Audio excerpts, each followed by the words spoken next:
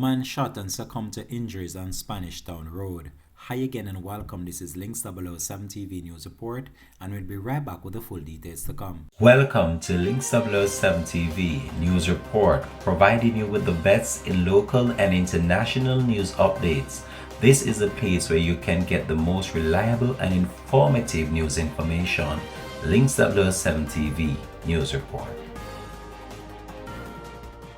Welcome back and thanks for joining us. This is Links007 TV News Report.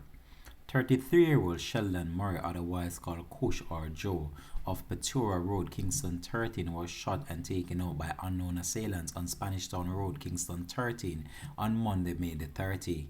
Reports from the Hunts Bay Police are that at around 8:15 a.m., Murray was at a bar when two armed men traveling in a Toyota Fielder motor car entered the business establishment and opened fire, hitting him multiple times.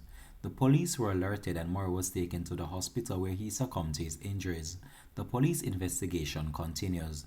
This has been Links007 TV News Report. Thanks for watching.